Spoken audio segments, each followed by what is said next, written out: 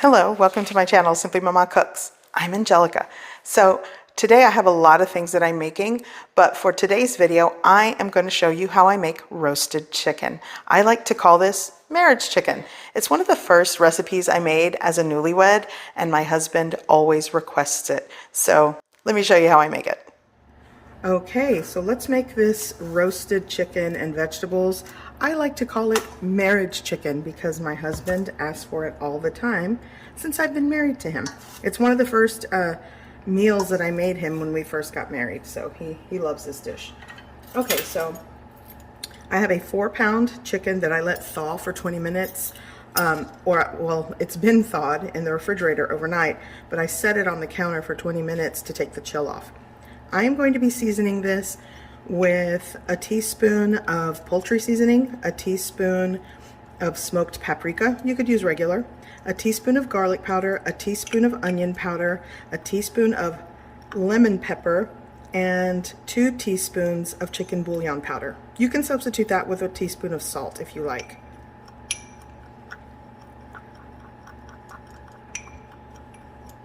And you know what?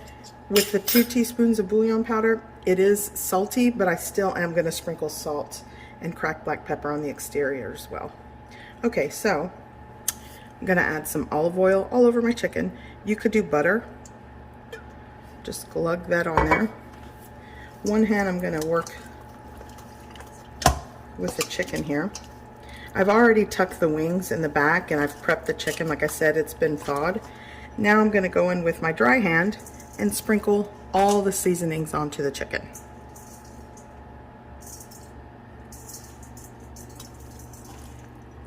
And let's get inside the cavity here. There we go. And I'm going to use all of this onto the chicken.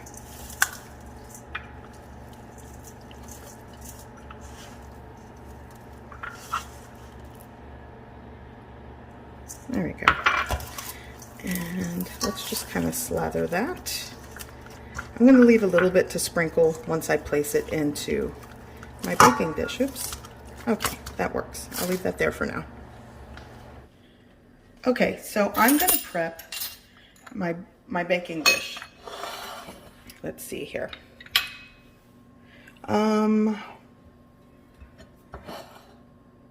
Now, I like to cook my chicken in a cast iron skillet, but because I'm going to be using things like wine and lemon, you kind of don't want to use your cast iron skillet. So here I am using my little baking dish. This is like a 9 by 13. And you guys always ask for this baking dish. My husband gifted this to me. He said he bought it at like a home goods store or TJ Maxx, something like that. So, all right. So here I have some rainbow carrots, I have onion, I also have some potato, like a pound to a pound and a half of just potatoes that I left in chunks, and it's going all on the bottom. And I like to leave things chunky with the carrots. There we go. And I'm also going to use copious amounts of garlic. My husband loves this with lots of garlic, 10 cloves of garlic.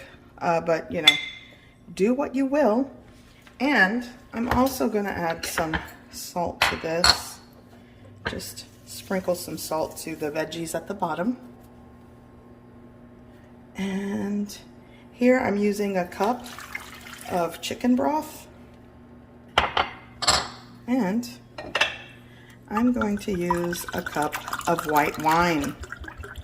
Quite honestly, there was one time I made this, I had no white wine, but I had a Tecate beer. Yep, I put beer in it, and it was just as good. But, you know, white wine. Let's go with some cracked black pepper on this.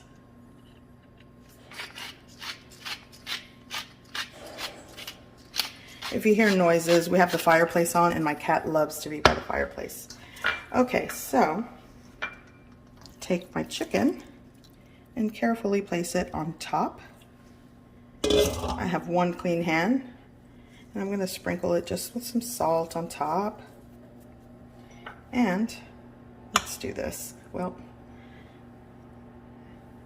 and sprinkle some of the leftover seasoning mix on top.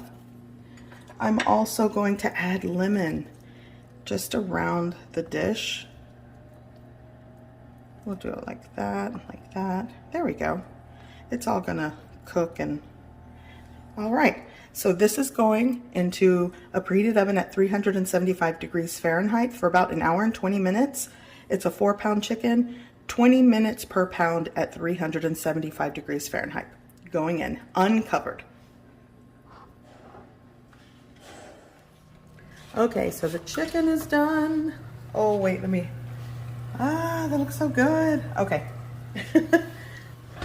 So we're gonna take this out of the oven. Carefully, that is.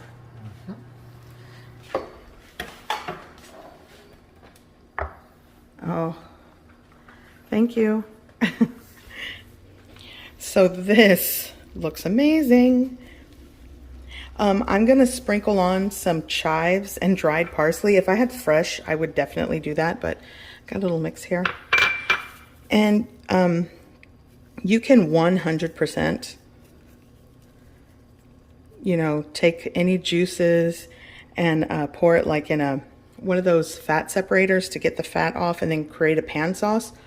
But sometimes when we're just hungry, I let this rest and then I carve the chicken, add the vegetables, and it's all good. Okay, so like I said earlier, while the chicken is resting, I just wanted to mention I have other roasted chicken recipe videos, and there's one in particular that I do create a gravy with, or a sauce with the pan drippings. I'll link that in the description below. But while the chicken is resting, I am going to move it to a cutting board. I'm going to carve the chicken. You can serve the vegetables, and I'm going to separate the fat from any pan juices, and dinner's ready. My husband likes to eat this with steamed rice. You could also do side salad with maybe some crusty French bread or garlic bread. It all works, and it's so good. Okay, so I'm going to transfer this to the cutting board, but I want you to see these roasted lemons add so much flavor into the sauce. It's like my favorites. I could eat these just like this with chicken. So good. Okay, so I'm just going to take, I'm going to do this one-handed. Let's see if I can do this. I'm going to take the handle of a wooden spoon, and you just kind of, ooh, so good. Let some of the juices run out.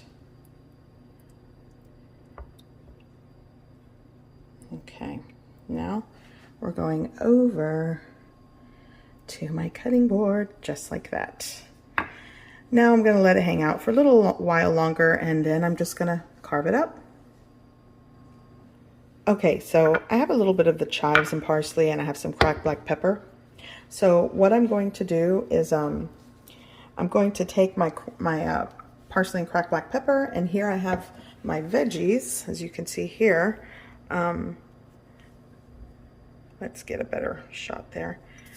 So what I'm going to do is just sprinkle on some of that parsley and chives on top, a little bit of cracked black pepper. I actually want it to look a little, yeah, there we go. And we've got a beautiful platter of the roasted veggies. So good. Okay, so here I have my it's like a measuring cup, but it separates the juice from the fat. Let's put this here. And yeah, I can touch that. And I'm just going to pour this into my cup. Perfect. And I'm going to let it set, and what it does is it will just, I'll pour out all the juice and the fat stays floating on top. Okay, so now I'm going to turn on the heat here, and then you just pour the pan juices without putting all the fat in it. And it's this color. You guys are like, why is it purplish or pinkish? It's because it had those purple rainbow carrots in it. But if you're using just orangey carrots, it won't be that color. Let's see. There we go, that's a lot. So I'm just gonna let that simmer, and you can taste it if you want to add a little more seasoning to it. I'll add some pepper. And just let that simmer, and you can pour that over the chicken or rice or the veggies. It's really good. Okay, So now it's time to carve this juicy, tender chicken. Oh. You want to make sure the chicken reaches an internal temperature of 165 degrees Fahrenheit. This actually went up to 170. And one time I carved a chicken for you guys in one of my other roasted chicken recipes, and people were freaking out because they saw a little bit of like a tinge of pink. It's not raw, but it definitely is not overcooked. So I'm just going to find the joint here. I'm doing it. There we go. And find the joint, and it's easy to carve and cut the chicken. So I'm just going to do that for the other leg. By the way, my son and my husband love the legs.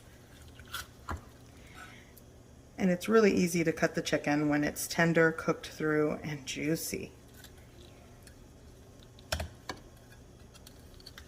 There we go. This one's just falling off the bone. Okay, so the chicken, I have cut some pieces. And here are the roasted vegetables. And just with this, dinner is served, you guys. I hope you give this recipe a try. I hope you like it. And thanks for watching.